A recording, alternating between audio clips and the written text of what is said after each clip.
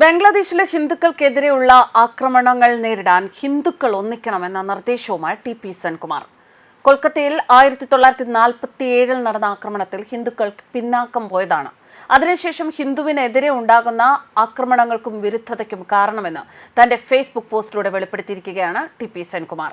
ഇസ്ലാം ഭീകര ആക്രമണങ്ങൾക്കെതിരെ ബംഗ്ലാദേശിലെ ഹിന്ദുക്കൾ ഒരുമിച്ച് പോരാടണമെന്ന് സെൻകുമാർ. ഇന്ത്യയിലെ ജനങ്ങൾക്ക് സഹായം നൽകണമെന്നും അദ്ദേഹം പറയുന്നു.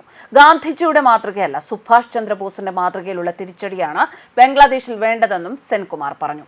ബംഗ്ലാദേശിൽ ഇന്ത്യ സൈനിക നടപടി നടത്തണം എന്ന് പറയുന്നുണ്ട്, എന്നാൽ അത് പ്രായോഗികമല്ല. സമ്മർദ്ദം ചെലുത്തിയാൽ ഒപ്പം നിൽക്കുന്നത് ഒരു സർക്കാരുമല്ല, അവിടെയുള്ള ഹിന്ദുക്കൾ ഒന്നുചേരണം. കൊല്ലാൻ വരുന്നവരെ ചങ്കുറപ്പോടെ നേരിടണം. വാളുമായി വരുന്നവരെ 100 പേർ വന്നാൽ 10 പേരെങ്കിലും തിരിച്ചടിക്കണം. കൊൽക്കത്തയിലും മറ്റും ഇത് 1947 കാലഘട്ടത്തിൽ നടന്നിട്ടുണ്ട്. അന്ന് തിരിച്ചടി കൊടുത്തപ്പോഴൊക്കെ അവർ തിരിഞ്ഞോടിയിരുന്നു. ഇതിനെതിരെയാണ് ഗാന്ധിജി നിരാഹാര സത്യാഗ്രഹം നടത്തിയത്. ഹിന്ദുക്കളെ കൊണ്ട് ആയുധങ്ങൾ താഴെ വയ്പ്പിക്കുകയും ചെയ്തു. അതിന്റെ ദൂഷ്യഫലങ്ങൾ പിന്നീട് അവർ അനുഭവിച്ചു. അതുകൊണ്ട് ബംഗ്ലാദേശിലെ ഹിന്ദുക്കൾ സംഘടിക്കണം, അവർ പൊരുതി നിൽക്കണം. അവരുടെ ആത്മവീര്യം നമ്മൾ ഉയർത്തി അവരെ ശക്തിപ്പെടുത്തി അവർക്ക് സഹായം നൽകണം. ബംഗ്ലാദേശിലെ കലാപത്തിന്റെ പ്രധാന ലക്ഷ്യം ഇന്ത്യയാണ്. ഇന്ത്യക്കെതിരെ അന്താരാഷ്ട്ര തലത്തിൽ നടപടി എടുക്കുകയാണ് അവരുടെ ലക്ഷ്യം.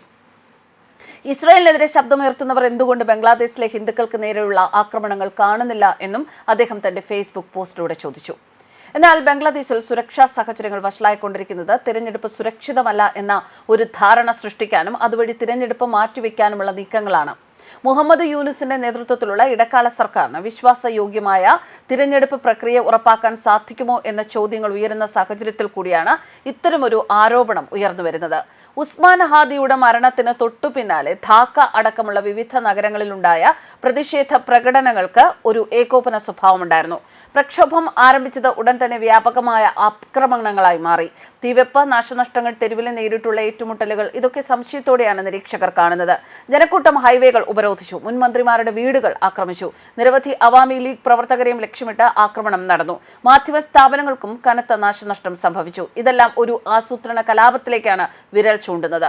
ഹാദിയുടെ കൊലപാതകം തിരഞ്ഞെടുപ്പിനിടെ ഒരു രാഷ്ട്രീയ കൊടുങ്കാറ്റായി മാറും എന്നത് ഉറപ്പാണ്. നിലവിൽ നിരോധിക്കപ്പെട്ട ഷെയ്ഖ് ഹസീനയുടെ അവാമി ലീഗോ ബംഗ്ലാദേശ് നാഷണലിസ്റ്റ് പാർട്ടിയോ തിരഞ്ഞെടുപ്പ് ചർച്ചയാക്കില്ല. അതേസമയം ബംഗ്ലാദേശിൽ പിടിമുറുക്കിക്കൊണ്ടിരിക്കുന്ന തീവ്രവാദ ഗ്രൂപ്പുകൾ അവസരം മുതലാക്കുമോ എന്ന ആശങ്കയും നിലനിൽക്കുന്നു. ഹാദിയെ വെടിവെച്ചതായി ആരോപിക്കപ്പെടുന്ന ഫൈസൽ കരീമിന് അവാമി ലീഗുമായി ബന്ധപ്പെടുത്തി ഇന്ത്യ വിരുദ്ധ വികാരങ്ങൾ ഇളക്കിവിടാൻ തീവ്രവാദ ഗ്രൂപ്പുകൾ പരമാവധി ശ്രമിക്കുന്നുമുണ്ട്. തിരഞ്ഞെടുപ്പിന് മുൻപ് സ്ഥിതിഗതികൾ ശാന്തമായില്ല എങ്കിൽ യൂനുസിന്റെ ഇടക്കാല ഭരണകൂടത്തിന് ഇത് വലിയ വെല്ലുവിളി സൃഷ്ടിയാകും എന്ന വിലയിരുത്തലുകളും വരുന്നു. News desk കർമ്മസ്.